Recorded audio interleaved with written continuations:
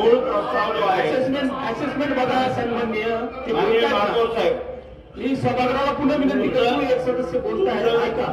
तुमचं अभिनंदन कौतुक करत असताना मी तुमचा मोठा भाऊ आहे याची जबाबदारी माझ्यावर आहे. आपल्या हातून काही चूक होऊ नये म्हणून माझ्या अनुभवातून त्या 4 गोष्टी तुम्हाला सांगितल्या पाहिजे, निदर्शनास आणून दिल्या पाहिजे. म्हणून मी आपल्या सभागृहाचा एक 5 मिनिटं वेळ घेणार आहे. हा जो मूळ प्रस्ताव ठेवला आहे याच्यामध्ये प्रशासनाला कल्पना नाही की एक्झॅक्ट किती मालमत्ता आपल्या शहरात आहे.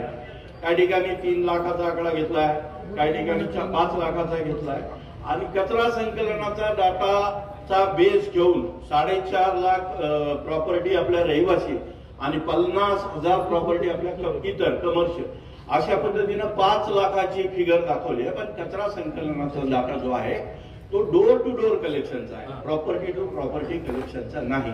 हे कृपया लक्षात घेणं गरजेचं होतं. प्रशासनाने खूप मोठी पाहून हा प्रस्ताव ठेवला, हे चुकीचं आहे.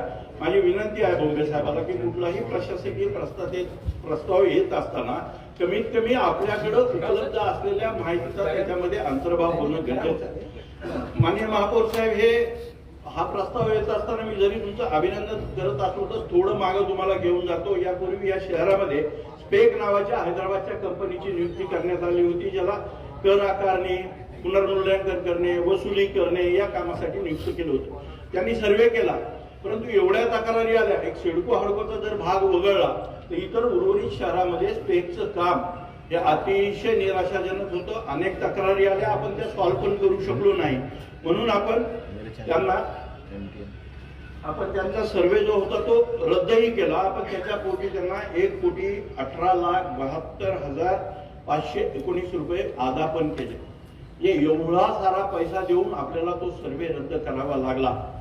त्यामुळं आणि याच्यामध्ये आपले भारतीय जनता पक्षाचे माजी ज्येष्ठ नगरसेवक सन्माननीय प्रशांत भाऊ देसरडाने 3020/2009 या क्रमांकाची एक रिट पिटिशन दाखल आहे. त्याचा निर्णयही अजून लागला नाही. सांगायचा उद्देश हा आहे की मागचा अनुभव या बाबतीतला आमचा वाईट आहे. त्यानंतर काय झालं की 2 वर्षापूर्वी आपण GIS मॅपिंग केलं. त्याच्यामध्ये आपण 20 कोटी रुपये दिले आदरणीय महापौर साहेब. मी आयुक्त साहेबांनाही विनंती करेल की कृपया ह्या गोष्टी खूप महत्वाच्या आहेत, आपण थोडंसं लक्ष द्या. GIS मॅपिंग जे केलं त्याला 20 कोटी रुपये आपण दिले. त्यांनी 1,72,000 प्रॉपर्टी फक्त आयडेंटिफाय केल्या, जेव्हा की आपल्या शहरामध्ये 3 लाख प्लस प्रॉपर्टी आहे. आणि त्याच्या पोटी आपण त्यांना 20 कोटी रुपये ऑलरेडी दिलेले आहेत. आणि 1 वर्षापासून हे मॅपिंगचं काम पूर्णपणे बंद आहे. मग 20 कोटी रुपये आपले तशा अर्थाने पाण्यात गेलेले आहेत. तर त्याच्यावर आपण काही कारवाई करणार आहेत का? ते वसुलीसाठी स्पेक असेल, GIS मॅपिंगवाली कंपनी असेल, यांच्यावरून आपण काही रिकव्हरी करण्याच्या दृष्टिकोनातून प्रयत्न करणार आहोत का? आणि हे काम सगळं होत असताना मला कळत नाही आपले उपायुक्त टॅक्सेशन जे आहे तिथे लोक काय करतायत. 20-20 कोटी रुपये आपण पेमेंट दिलाय, पूर्ण काम झालेलं नाही. मग कशाच्या बेसवर आपण एवढे 20 कोटी रुपये अदा केले? तर या गोष्टी थोड्या गांभीर्याने घेण्याची गरज आहे मला असं वाटतं. आज आपल्याकडं माननीय महापौर साहेब 140 बिल कलेक्टर आहेत महापालिकेमध्ये. सध्या आपल्या प्रशासनाच्या ह्याच्यावर कायमस्वरूपी आहे, पेरोलवर कायमस्वरूपी आहे. त्यांना आपण 7व्या वेतन आयोगाप्रमाणे साधारणतः 50,000 ते 1 लाख रुपये पगार देतो. आणि ह्या बिल कलेक्टरकडे सर्व काम फक्त टॅक्सेशन निगडीत आहे. यांना फक्त या झोन वाईज यांना मालमत्ता वाटून देण्यात आलेल्या आहेत. साधारणतः प्रत्येक बिल कलेक्टर 140 लोकांकडे साधारणतः 2 ते 3 हजार मालमत्ता आलेल्या आहेत. म्हणजे प्रत्येक दिवशी साधारणतः 5 ते 6 मालमत्तांना जरी त्यांनी व्हिजिट केलं तरी पण या शहराच्या पूर्ण मालमत्ता आयडेंटिफाय होऊ शकतात. पण दुर्दैवाने हे होत नाही, वस्तुस्थिती आहे. त्यामुळे तुम्ही प्रस्ताव आणताय हे मला मान्य आहे. परंतु झालं असं की त्याच्यावर नियंत्रण नाही कोणाचं, त्यामुळे हे काम होत नाही.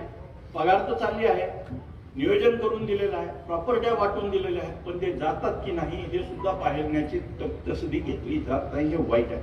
मान्य हे सगळी परिस्थिती लक्षात घेऊन आपल्या या अगोदरचे कमिशनर आदरणीय विभागीय आयुक्त जी श्रीकांत साहेबांनी एक श्रीमित्र नावाचं ऍप्लिकेशन घेतलं. मला वाटतं आरंभ इनोव्हेशन नावाची एक कंपनी आहे, त्याच्याकडून हे डिझाईन करून घेतलेलं आहे श्रीमित्र नावाचं ऍप. याच्यामध्ये आपल्याला ज्या गोष्टी आता तुम्ही सांगताय या प्रस्तावामध्ये त्या सगळ्या गोष्टींचा अंतर्भाव आहे, ज्याच्यामध्ये की आपण सगळ्या काय म्हणतात त्याला मालमत्ताचा शोध घेणे, कर संकलन करणे, नवीन कर लावणे, जुन्या मालमत्तांचं पुनर्मूल्यांकन करणे, थकबाकीदारांच्या याद्या करणे, या सगळ्या गोष्टी त्या मित्र ऍपमध्ये आहेत. याच्यासाठी आपण 75 लक्ष रुपये खर्च करतो आहोत, 75 lakhs, आणि या सगळ्या गोष्टी त्याच्यात आहेत. हे पण आपल्याला अपडेट करून घेता येईल. आपल्याला जर अजून काही त्याच्यामध्ये जर काही गोष्टीचा अंतर्भाव करायचा असेल त्यांच्याकडे जे आहे त्याच्यापेक्षा वेगळं. पण मला वाटतं या गोष्टी सोडून अजून कर या सेक्शन मध्ये काही होऊ शकतं अशी परिस्थिती नाही. कारण याच्यामध्ये प्रशासनाच्या दृष्टीने सुद्धा वेगवेगळ्या पद्धतीनं तुम्हाला रिपोर्ट मिळू शकतात. एवढंच नाही तर याच्यामध्ये बिल कलेक्टरचं ट्रॅकिंग आहे. ते बिल कलेक्टर संबंधित मालमत्ताला व्हिजिट केले की नाही इथपर्यंत हे ऍप चांगलं आहे, काम करण्यासारखं ऍप आहे. याच्यामध्ये सगळ्या गोष्टीचा अंतर्भाव आहे.